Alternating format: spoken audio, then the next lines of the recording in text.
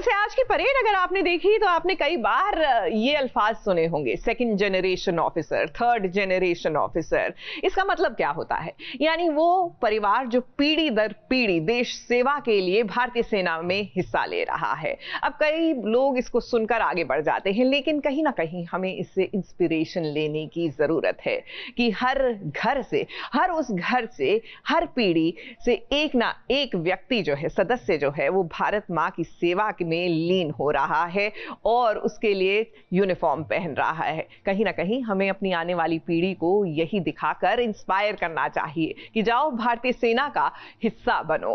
बहरहाल आइए अब बात करते हैं हमारी राध्या की। जी हाँ, किस तरह वो अपनी सासू माँ की सेवा कर रही हैं। वाकई में ये हमारे संस्कार और संस्कृति ही दर्शाता है।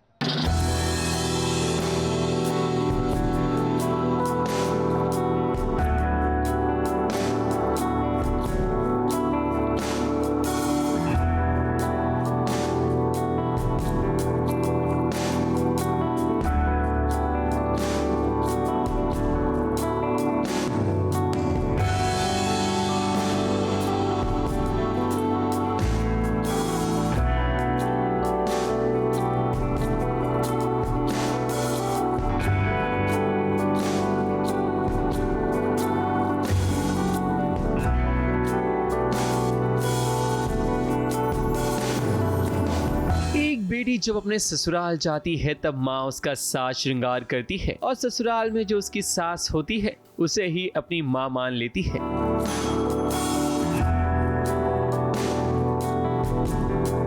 यही तो हुआ है राधिया के साथ, जिसे कभी माँ का सुख तो नहीं मिला, पर माँ के रूप में भगवान ने उसे एक अच्छी सी सास दे दी है जिसे रजनी के नाम से जाना जाता है। पर रजनी तो इन दिनों कोमा में है, मगर राधिया उसका पूरा ख्याल रख रही है। शायद यही वजह है कि राधिया आज अपनी सासू माँ का 16 श्रृंगार कर रही है। उसके माथे पर बिंदी, होठों पर लाली और मांग में सिंदूर लगा रही है, ताकि इस हालत में भी उसकी सासू माँ उदास बिल्कुल भी ना लगे। क्योंकि रजनी तो हमेशा से टिप टॉप में नजर आई है, पर हालत बिगड़ने के बाद तो मानो रजनी की जिंदगी से हर रंग गायब हो चुके हैं।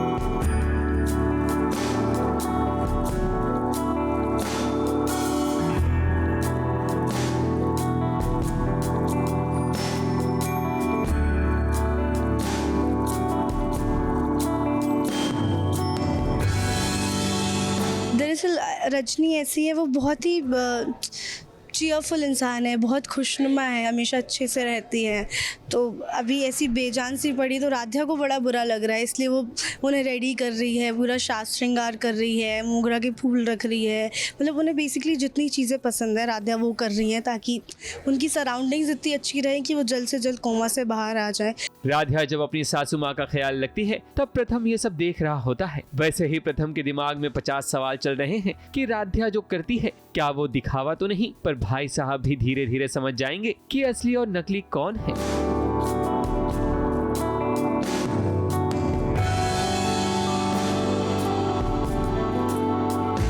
नकली से याद आया कि निहारिका तो सिर्फ दिखावा करती है कि वो प्रथम से प्यार करती है, मगर इसका असली फर्ज तो राधिया निभा रही है। अगर आज प्रथम के माँ की ऐसी हालत हुई है तो उसका जिम्मेदार कोई और नहीं बल्कि निहारिका है। ये सब होने के बावजूद निहारिका अभी भी रजनी का बुरा करना चाहती है ताकि इसका भी इल्जाम राधिया पर लगे। अब राधिया तो घर छोड़कर नहीं जा रही, तो निहारिका सोच रही है कि वो फिर से कुछ ऐसा करे कि प्रथम राधिया को घर से भगा दे। प्रथम राधिया शादी से पहले बहुत अच्छे दोस्त हुआ करते थे, बट निहारिका से शादी होनी थी, राधिया से शादी हो गई और फिर निहारिका और दादी ने राधिया के बारे में प्रथम को बहुत कुछ उल्टा सीधा बताया। तो प्रथम को ऐसा लगता है कि राधिया ने चालाकी करके घर की बहू बन गई है, पैसों के लिए घर की बहू बन गई है, पर कहीं ना कहीं उन्हें उसकी मासूमियत भी दिख रही होती है। तो वो बड़े कन्फ्यूज़ रहते हैं कि एक्चुअल राधिया क्या है, जो इतनी प्यारी सी, मासूम सी, इनोसेंट सी दिखती है, या फिर इस मासूम चेहरे के पीछे कोई एक चालबाज इंसान है। तो राधिया तो अपनी पूरी कोशिश कर रही हैं कि रजनी जी होश में आ जाएं, कोमा से बाहर निकल जाएं। प्रथम भी देख रहे हैं, राधिया के एफर्ट्स देख पा रहे हैं, कहीं ना कहीं उन्हें अच्छा भी लग रहा है, पर कहीं ना कहीं वही एक सेकंड थॉट उनके मन में आ रहा है कि पता नहीं राधिया प्रिटेंड कर रही है या सच में इतना प्यार करती है। निहारिका भले ही कितनी भी कोशिश कर ले, मगर सच की कभी हार नहीं हो सकती। हाँ, ये जरूर है कि सच परेशान हो सकता है। मुंबई से कैमरामैन अनूप रस्तोगी के साथ एबीपी न्यूज रिपोर्ट।